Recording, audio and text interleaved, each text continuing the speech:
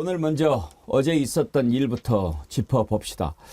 제가 아무리 그 영상을 보고 또 봐도 이거는 아니다. 어떻게 이런 일이 있을 수 있는가 싶은데요. 윤석열 대통령이 전주에서 열린 행사에 참석했죠. 전북특별자치도 출범식. 거기에 이제 여야 의원들도 참석하고 그랬죠. 그러면 이렇게 인사를 하는데 거기에서 진보당의 강성희 의원이 이런저런 얘기를 하더라고요. 할 수 있는 거 아닙니까? 국회의원이 대통령 앞에서 말 못합니까? 왕이라도 할 수 있는 건데. 근데 그걸 막고 입을 틀어 막고 끄집어내는데 아니 뭐 등산용 칼이라도 들고 있었습니까? 그건 아니잖아요. 한번 이거 짚어봅시다. 짚어볼 대목이 한두 가지가 아니더군요. 어제 그 영상부터 한번 보시겠습니다.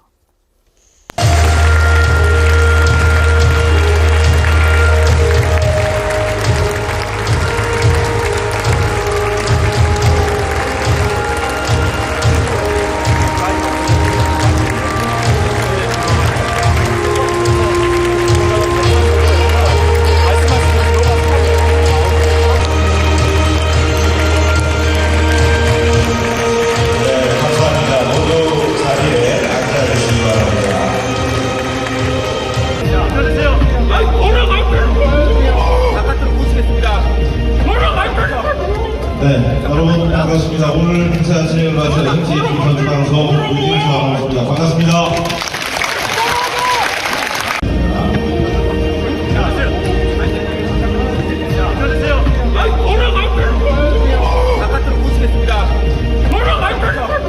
네, 여러분 반갑습니다. 오늘 행사 진행을 맡은 JTBC 방송 유진수 아나운서입니다. 반갑습니다.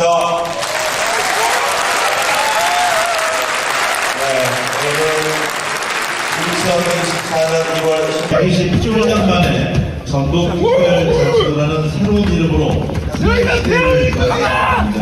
전북이 바로 지금부터 더 특별해지고 더 새로워지게 될 텐데. 자, 여러분 보셨듯이 저게 그렇게 입을 틀어 막고 강제로 끄집어서 밖으로 내 동댕이 칠 일입니까?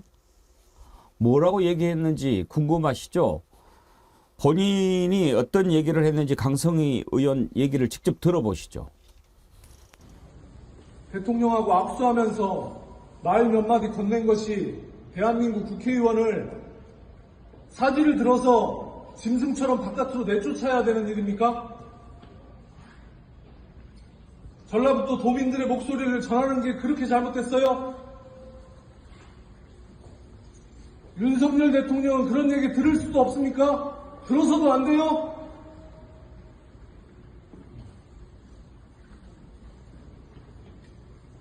붙여주세요. 또 그 강성희 의원이 기자회견한 내용이 있죠. 들어보겠습니다. 저는 윤석열 대통령과 악수하면서 국정 기조를 바꿔야 합니다. 라고 인사를 건넸습니다. 그런데 이 순간에 대통령 경호원들이 달려들어서 저의 입을 틀어막고 사지를 들어서 끌어내고 행사장 밖으로 내동댕이 쳤습니다. 경호원들이 강제로 끌어내는 과정에서 소리를 지르고 싶었는데 입이 막혀서 얘기를 할 수 없었고 안경까지 빼앗겼습니다.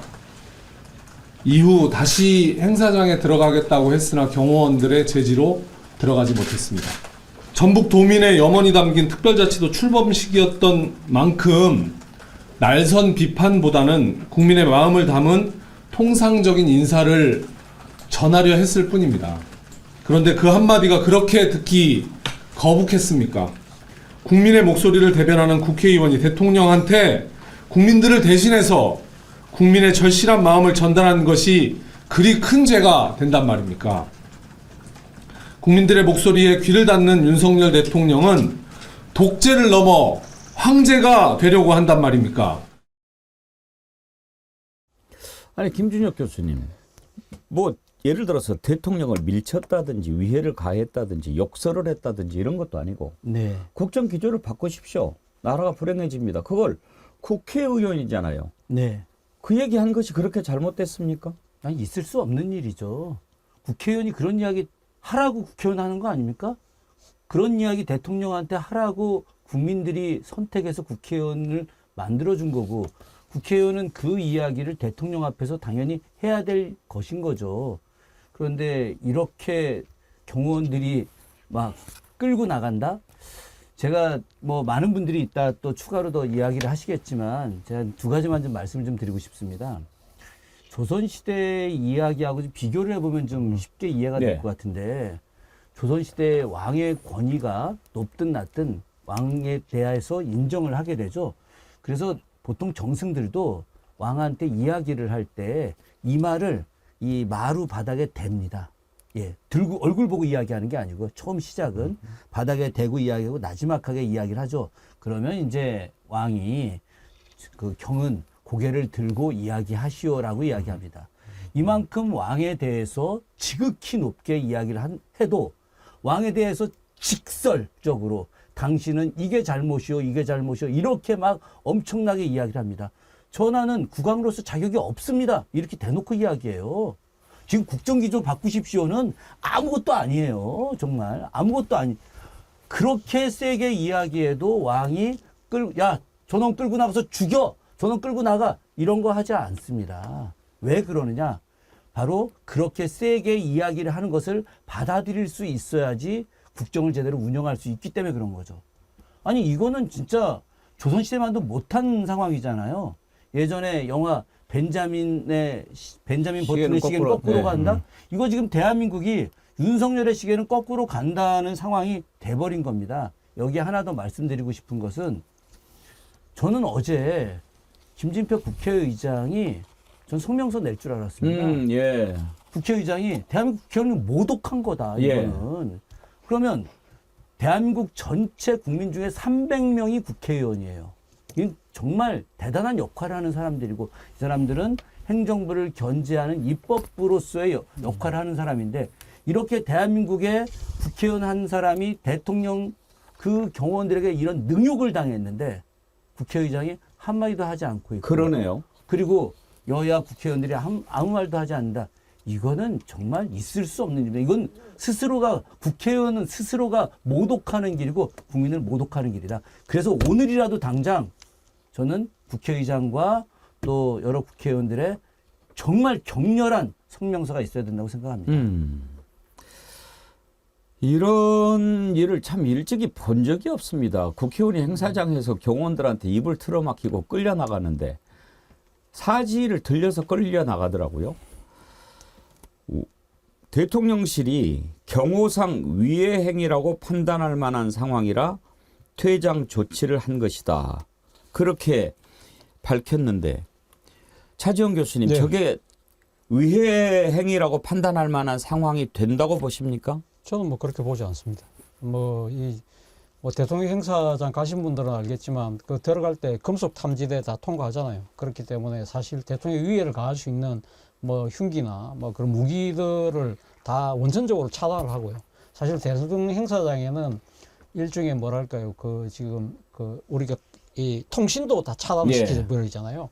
그만큼 상당히 그러니까 지금 많이 보호가 되어 있는 상황이고, 그리고 무엇보다도 국민의 대표인 국회의원이잖아요. 국회의원이 사실 이 강승희 의원이 지난번 국회 본회의 때 그 시정연설하러 왔을 때 그때도 팻말을 들고 뭐라고 이야기를 했거든요. 그렇기 때문에 아마 경호실 차원에서 아마 강승희 의원이 분명히 오기 때문에 어떤 식으로 뭔가를 할 거야. 그러면 나름대로 일종의 뭐랄까 매뉴얼을 만들어 놨을 거예요. 그러면 이렇게 할 경우에는 어느 정도까지 우리가 대응을 하고, 그렇기 때문에 아마 자기들 나름대로는 이 지금 봐서 지금 경호실 대통령실 이야기로는 대통령이 손을 잡고 이렇게 당겼다는 거잖아요.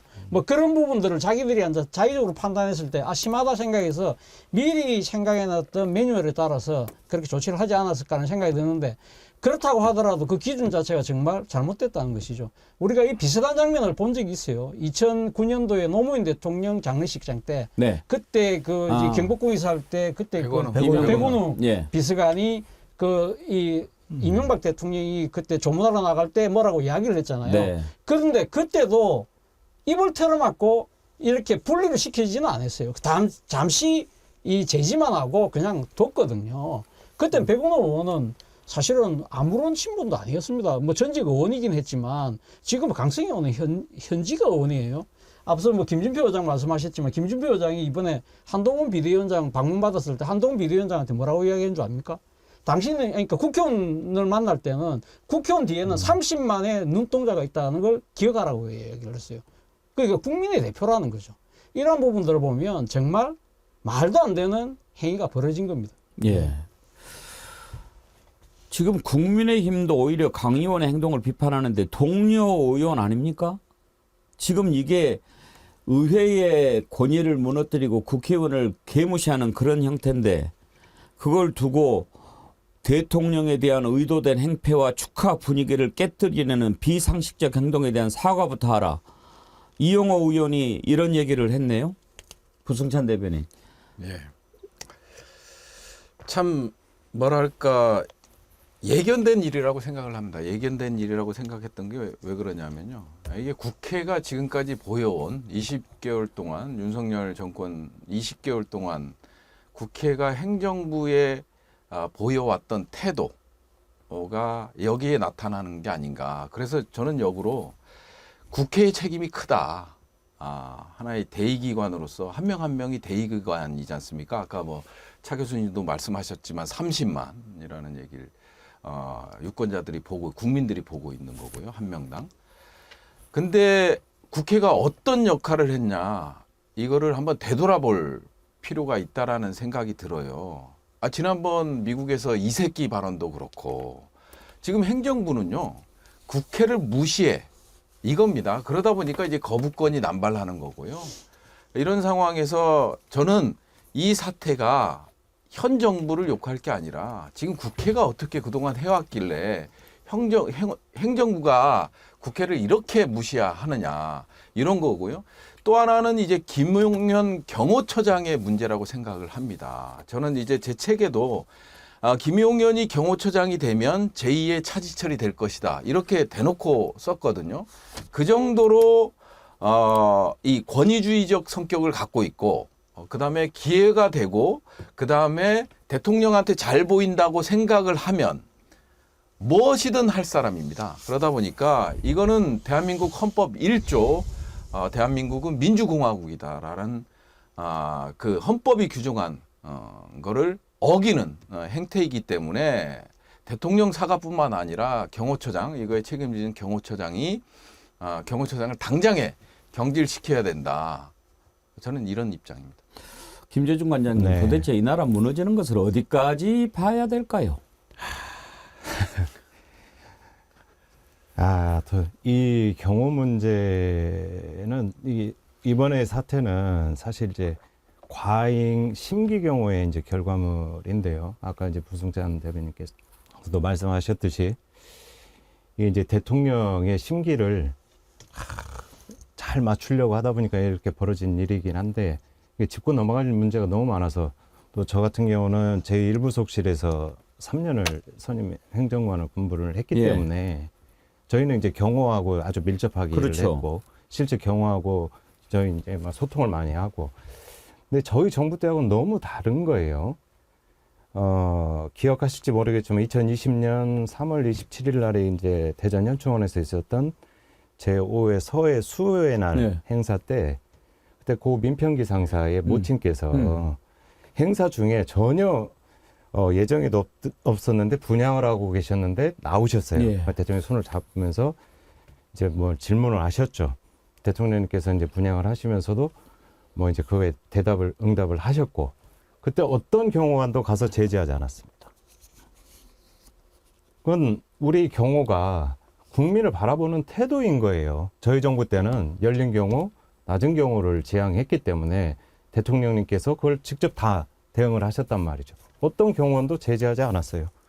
이런 상황이었으면 이 정부 같았으면 그 상황에서도 어머니를 모시고 나갔겠죠. 진짜 들고 입을 막고 다 나갔겠죠.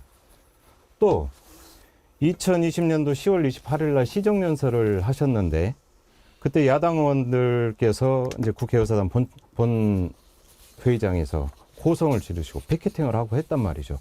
누구도 그거 제지하지 않았어요. 그거 당연한 거 아닙니까? 아까 말씀하셨듯이 국민의 대표가 국민의 뜻을 전하지 못하면 국민의 대표를 왜 뽑습니까?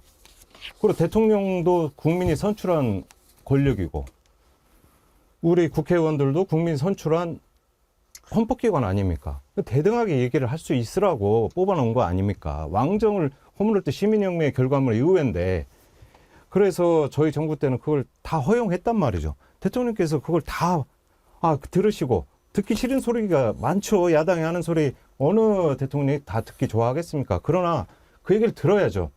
듣고 오시면 그래 한 번 더 생각하시지 않겠습니까? 그래서 얘기를 야당의 의원들도 얘기를 하게 되는 거예요. 근데 이거는 어떤 장소의 특수성이 아니라 이게 뭐 의사당이 아닌 뭐 외부에서 행사니까 저렇게 강하게 제재하고 이거 사람 진짜 끌어내듯이 예. 한다는 게 말이 됩니까? 이게 장소의 문제를 얘기할 수도 없고 위해라고 하는데 손을 당기는 거? 그건 아니죠. 이게 대상의 문제죠.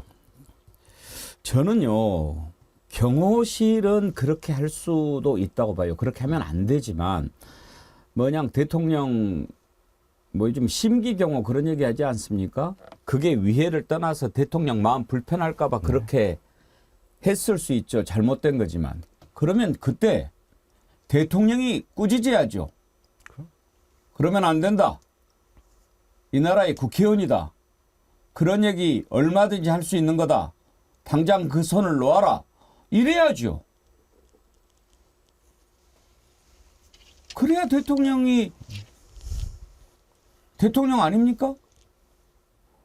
아니 어떻게 대통령이 한 나라의 국회의원이 경호원들한테 입을 틀어막히고 질질 끌려나가는 거를 보고 그대로 있단 말입니까?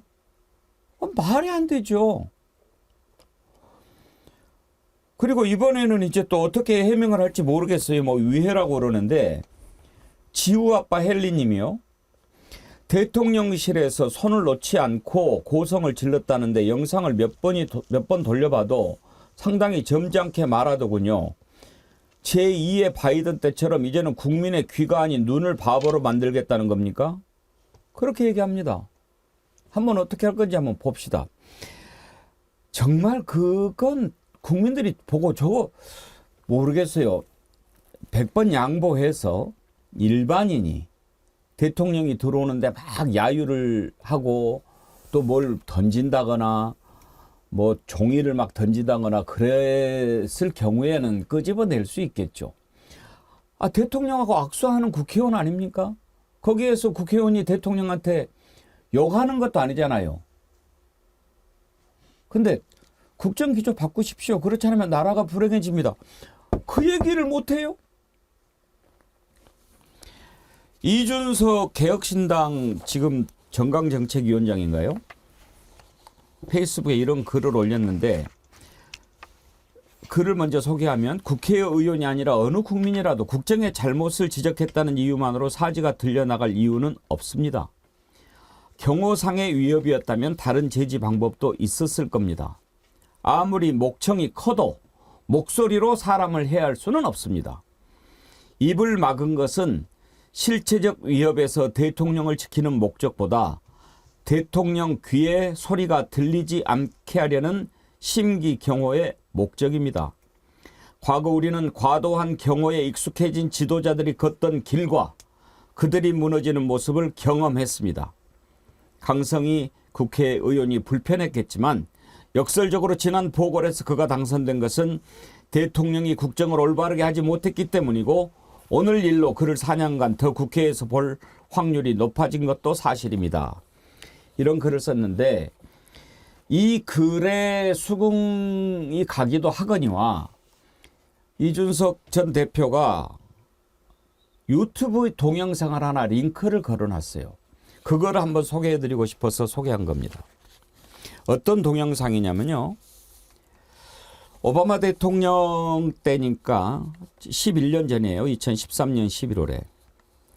이민 개혁 문제로 연설을 합니다. 그럴 때 청중석에 앉아있던 한 청년이 한국계 청년으로 알려졌는데 막 소리를 지릅니다.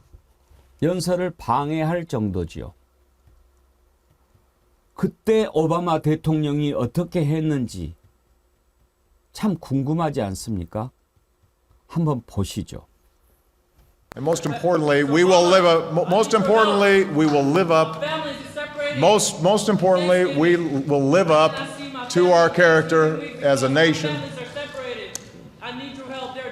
That's exactly what we're talking about. Yeah. Every single day. That's why we're here. President, please use your executive That order to halt deportation for all 11.5 undocumented immigrants in this country right now. What we're we trying- agree that we need to pass comprehensive immigration reform. At the same time, you have a power to stop deportation for all undocumented Actually, I immigrants don't. in this country. And that's So why we're please, here. I need your help. Okay. Stop deportation!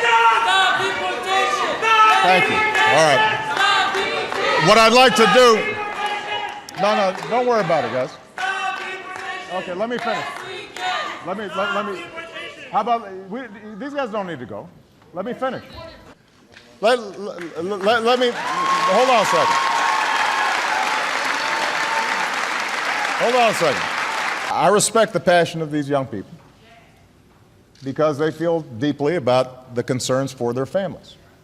Now, what you need to know when I'm speaking as President of the United States, and I come to this community, is that if, in fact, I could solve all these problems without passing laws in Congress, then I would do so. But we're also a nation of laws. That's part of our tradition. And so the easy way out is to try to yell and pretend like I can do something by violating our laws. And what I'm proposing is the harder path, which is to use our democratic processes to achieve the same goal that you want to achieve. But it won't be as easy as just shouting. It requires us lobbying and getting it done. So,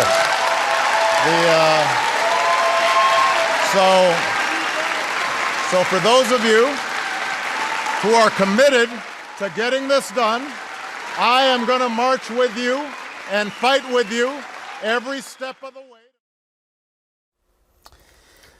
참 눈물이 나려고 합니다. 참 부럽네요. 자, 맨 처음에 그 청년이 무례했지요. 대통령이 연설하는 과정 아닙니까? 그거는 좀 예의에 벗어난 겁니다. 연설이 끝나고 혹시 질문해도 되겠습니까? 라고 하고 할 수도 있었겠지만 혹시 이제 그런 기회가 주어지지 않을 것 같고 본인과 가족이 처한 문제가 너무 절박하니까 그렇게 방해를 한 것 같습니다. 그래도 맨 처음 그냥 듣습니다. 너무 지나치니까 경호원들이 이제 제지를 하려고 하죠. 오바마 대통령이 뭐라고 합니까? 그냥 두세요. 그냥 두세요. 그리고 그 다음에 하는 얘기가 참 마음을 많이 울립니다. 나는 여기서 미국의 대통령으로서 이야기를 하고 있다라고 하면서 설득하지 않습니까? 차지원 교수님. 예. 왜 우리 저렇게 못해요? 아, 그러니까요. 제가 저 장면 보면서 떠오른 말이 생각이 있는데요. 대통령 과잉 경호는 약한 정당성의 증거다 하는 이야기를 누군가 했습니다. 누가 했을까요?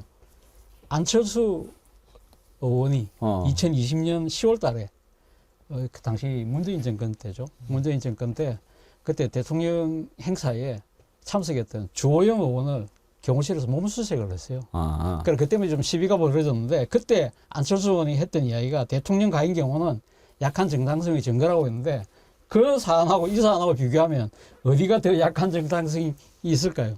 저는 뭐 사실 그래서 뭐 오바마 대통령 위대한 소통가잖아요. 그래서 뭐 저런 측면을 우리가 윤석열 대통령이 감히 기대할 수는 없지만 저는 그래도 처음에 시작할 때는 좀 일말의 기대가 있었어요. 소위 말해서 도어스태핑 할 때 상당히 뭔가 소통을 하는 자세를 보였는데 뭐 그것도 지금 흐지부지되고 지금 국회의사들로부터 질문을 안 받은 지가 벌써 1년 8개월이 되어가고 있습니다.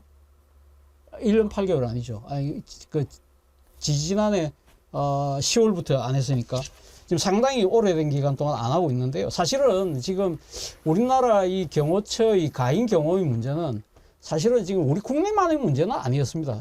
기억하시겠지만 지난 12월 달에 대통령이 네덜란드 갔잖아요.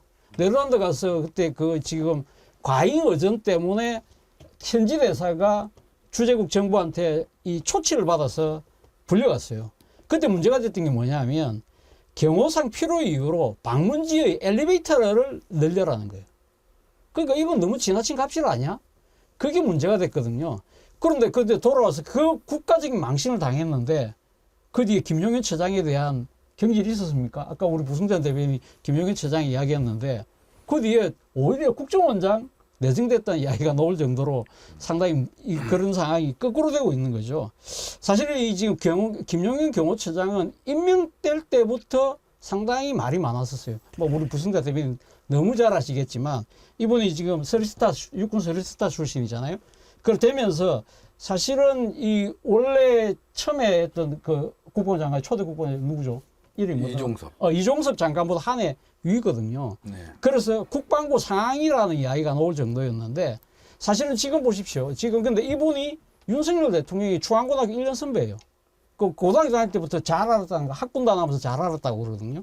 근데 지금 대통령 그림을 감아보면 대통령 주위에 항상 대통령 그 경호실의 수행부장이 항상 뒤에 따라다니는데 그 사람보다 경호처장이 얼굴이 더 드러나요. 그만큼 지금 국방부 상황이 아니라 지금 어떻게 보면 상당히 지금 국정에 이 지금 개입하고 있다는 그런 의혹들을 많은 사람들이 할 정도로 지금 그만큼 경호처의 파워가 엄청나게 세다는 거예요. 저는요, 지금 이 문제를 과잉 경호 문제로 이렇게 규정을 하는 것도 사실은 본질에서 좀 벗어난다고 생각합니다. 이건 대통령의 문제지 과잉 경호의 문제인가 이렇게 생각하는데요. 과잉 경호 얘기가 나왔으니까 지금 경호처장 얘기 나왔는데 최근에 어떤 문제가 있었는지 기억하실 겁니다. 김재중 관장님. 네. 네덜란드 국빈 방문 갔잖아요. 네. 국빈 방문하기 전에 네. 네덜란드에서 주 네덜란드 한국 대사를 초치를 했죠. 네. 왜 초치를 했냐? 국빈 방문을 하는데 그야말로 손님 아니에요. 해도 너무한다 이거죠.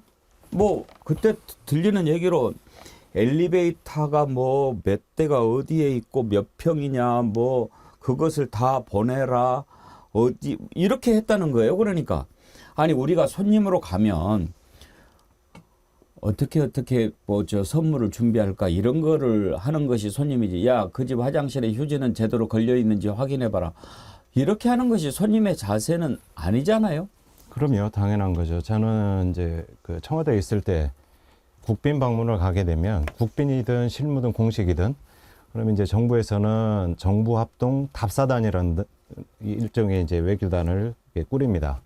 그거는 이제 외교부 의전장실, 그다음에 청와대 뭐 부속실, 의전, 경호 해서 다 가서 이제 사전 답사를 하는 건데 당연히 저희 정부 때는 가면 그 나라의 로마에 가면 로마의 법을 따라야 되고 그 나라의 외교부에서 제공하는 것들을 이제 쭉 협의를 하죠. 그 중에는 이제 이런 우리한테 이런 문제가 있으니까 이런 걸 좀 해달라 뭐 이런 경우들도 요구가 있을 수 있지만 그 유럽의 경우에는 대부분의 건물들이 오래됐기 때문에 오래된 건물에 후에 엘리베이터를 만들었기 때문에 실제 대통령과 국왕이 타는데 4명이 타면 빠듯한 왕궁에 그런 엘리베이터가 있는 데가 허다해요.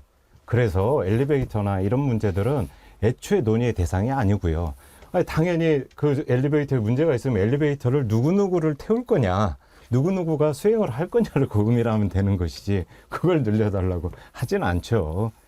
이게 우리나라의 사실 이제 국격이 많이 떨어진 문제이기도 하고 지금 경호처가 저는 이제 이거 같아요. 경호에 기본적으로 대통령의 성정과 성향에 따라서 그 시대에 그렇죠. 경호의 스타일은 바뀐다.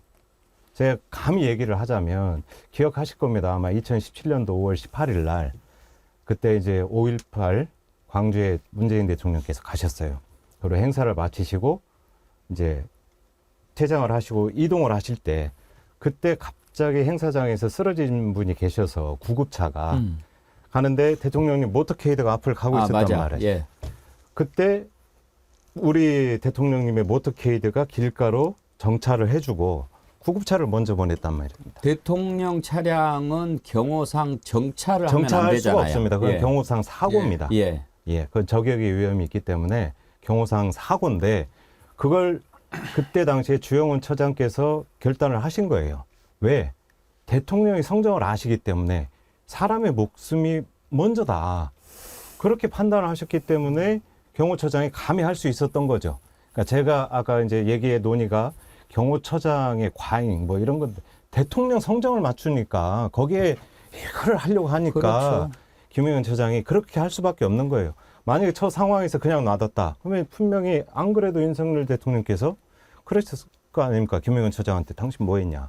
그럼 김영현 처장은 밑에 경호관들을 했겠죠. 그럼 경호관들은 너무 예견되는 문제가 있기 때문에 그렇게 할 수밖에 없는 거예요. 그래서 경호의 스타일은 대통령의 공감합니다. 성향에 좌우된다. 그러니까 제가 그 말씀을 드리는 거예요. 이거는 과잉 경호라고 해서 경호처의 문제로만 넘어가서는 안 된다. 경호처장은 대통령하고 항상 붙어 있지 않습니까? 경호할 때. 그러면은 저 대통령이 어떤 스타일이다, 어떤 성격이다 알잖아요. 만약에 이렇게 했을 때 가가지고 뭐 이러면 어떻게 되겠어요? 그러니까 필마오님, 지도자의 몸은 2024년에 머릿속은 1970년, 80년대를 헤매고 있는데 변화를 바라는 국민들이 안타까울 따름입니다. 완전히 옛날에 멈춰 있는 거죠. 김준혁 교수님, 우리가 참 그 대통령 경호실장들의 행태, 말로 이런 거 많이 보지 않았어요? 뭐 가장 대표적인 게 뭐 차지철 뭐 이런 거죠. 제가 좀 아까 우리 김재준 관장님 말씀드리면서 예전 생각이 나더라고요. 저 문재인 정부 때 네. 청와대 경호실에서 특강을 요청해가지고 인문학 강의하러 갔었어요. 그래서 그때 이제 그 우리의 인권 또 소통 또 그 뭐 옛날 제가 뭐 종조 전공자였으니까 이제 종조 시대 때 인권과 소통에 대한 이야기를 이제 하게 됐죠. 그래서 끝나고 나서 물어봤습니다. 아니 경호실이 이런 것도 합니까? 그랬더니 이런 게 중심이 되는 거죠. 그래야지 제대로 된 참된 경호할 수 있는 거 아닙니까? 제가 아니 경호실은 뭐 이거 막 사람들 어떻게 하면 잘 보호하고 이런 거 교육이 더 중심 아니냐 그랬더니 이런 교육이 인문학 교육이 더 중요하다라고 이야기를 했는데 제가 먼저 여쭤보고 싶습니다. 이 방송을 보시는 또 많은 시청자분들도 역시 한번 같이 질문을 드리고 싶은데 우리 동양 사회에서 가장 역사적으로 이상적인 시대가 언제였느냐라고 이제 질문을 하게 되면 보통 많은 사람들이 좀 아시는 분들은 이제 우리 중국 이야기를 보통 많이 했었으니까 요순 시대 아니냐, 요임금 순임금 시대 아니냐 이렇게 이야기를 하죠. 맞습니다.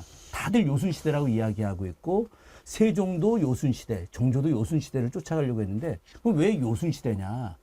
요순 시대 백성들이 그 나라에 임금이 존재하는지를 몰랐어요. 임금이.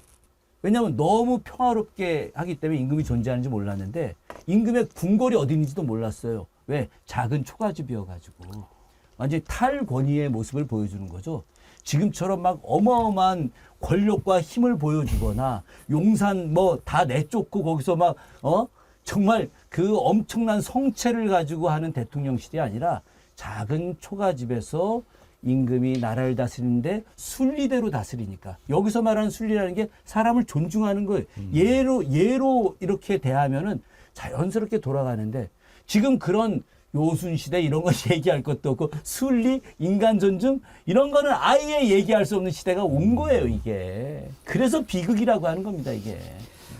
아까 성경 얘기했고 경호원들이 알아서 한다라고 하는데 이분 글을 보니까 생각이 저도 버뜩 나네요. 이만하면 됐다 아이디 쓰시는 분이 후보 시절에 검정 넥타이 준비 안 했다고 수행 비서한테 엄청 화내지 않았던가요? 저러니 수행원들이 알아서 그겠죠. 그때도 부승찬 대변인 우리가 정확히는 못 들었는데 또 뭐 그 잘못 이야기면 걸리니까 맞습니다. 그때도 뭐 이 새끼 저 새끼 네. 막 그 욕하는 게 네. 보이잖아요. 네. 거의 뭐 조인트 깔 기세 아니었어요? 예, 그래서 기사도 여러 번 나왔죠. 그래서 저는요, 이 경호 형태를 보면 뭘 느낄 수 있냐면 국가의 정치 체제를 이해할 수 있습니다. 국가의 정치 체제를 이해할 수 있는데 우리는 이제 크게는 민주주의와 권위주의 국가로 분류를 하는데 지금 경호 형태는 민주주의적인 경호 형태가 아니에요. 권위주의적이고 독재 국가라는 거를 스스로 인정하는 거거든요. 이 경우 형태만 보더라도 본인들이 독재를 하고 있다라는 것을 알고 있는 반증이다. 저는 그렇게 보여져요. 특히나 차 교수님께서 경호처장에 대해서 말씀하셨는데요. 경호처장은 합참작전본부장을 하면서 문재인 정부 장관을 찾아가서 민주당을 위해서 최선을 다하겠다고 사성장군 닿게 해달라고 했던 분이에요. 근데 북한 미사일 도발이 있을 때 자기 사성장군 안 됐다고 휴가를 나가버린 사람. 대한민국의 안보를 책임져야 될 사람이 그게 기사로도 나와 있습니다. 작전본부장이라고 하면요. 대한민국의 그 안보를 군사 안보를 총괄하는 자리입니다. 근데 휴가를 나가버려요. 문재인 정부에서 자기 진급 안 시켰다고. 이 정도고요. 그다음에 얼마 전 국회에서 나왔지 않습니까? 국회에서 질의응답 과정에서 뭐가 나왔냐면 천공이 왔을 때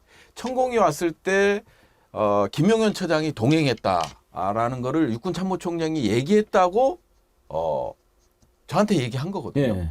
그 한 거에 대한 명예훼손 고발인이 누군지 아십니까? 개인의 명예를 훼손한 거를 고발한 사람이 김대기 비서실장이에요.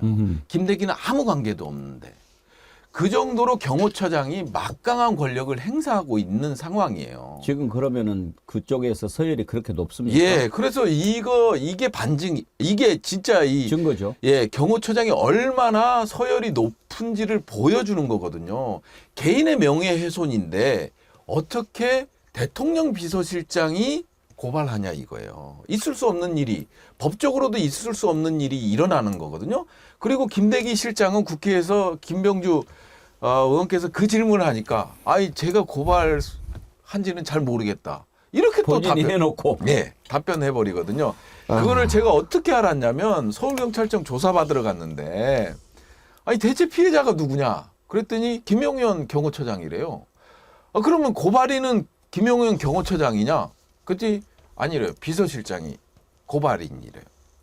아니 비서실장이 대통령이나 영부인, 여사도 아니고 어떻게 자기보다 서열이 낮은 경호처장을 대리해서 고발해 주냐. 이게 말이 되냐. 그랬더니 그렇게 올라왔기 때문에 저는 조사를 하는 거다. 그래서 이게 정말 경호처장도 알고 있는 거예요. 어디 가서 큰일을 당할 수도 있다. 우리 부의원이 어디 가서 큰일을 당할 수 있다. 왜? 스스로 독재를 하고 있는 것을 알고 있다라는 거죠. 얼마나 이런 일들이 더 일어날지 참 암담한데요. 쪼양님이 이런 글을 보내주셨네요. 우리나라에도 국민의 목소리를 듣는 대통령이 있던 시대가 있었다고 합니다. 옛날 얘기 같이 하셨는데 노무현 대통령 때인가 봐요. 공식 행사에 휠체어를 타고 온 장애인분이 하고 싶은 말이 있다고 할 때 3분만 말씀하시라고 해서 듣고 더 말씀하실 게 있으면 행사를 취소해서라도 더 듣겠다고 하셨던 노무현 대통령. 정말 지금 상황과 너무 비교되네요. 우리 차지영 교수님이 노무현 정부 때 청와대 출입하지 않으셨나요? 네. 이런 그 기억이 나시나요?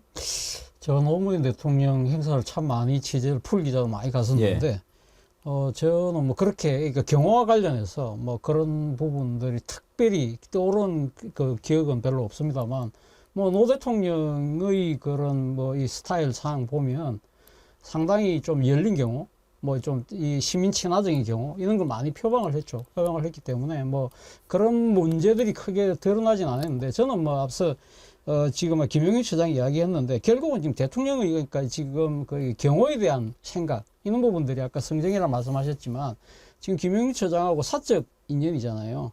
그렇기 때문에 김용현 처장이 아주 뭐 그러니까 대통령한테만 오로지 충성하는 그런 부분들에 대해서 그걸로 인해서 발생하는 여러 가지 문제들에 대해서 윤 대통령도 아마 뭐 듣는 건 있겠죠. 그러나 그런 부분들에 대해서 전혀 마음에 새기지 않는다는 거예요. 그런 것들이 상당히 문제라는 거죠. 예. 제가 아까 오바마 대통령 영상을 보여드렸는데 꿀꿀꿀님이 굳이 오바마까지 안 가도 노통문통은 다 들어주셨어요. 고재덕님 저를 혼내셨네요. 오바마 대통령의 인격을 견줄 사람과 비교해 주세요. 그러셨는데 정말 보고도 믿기지 않는 그런 장면이었습니다.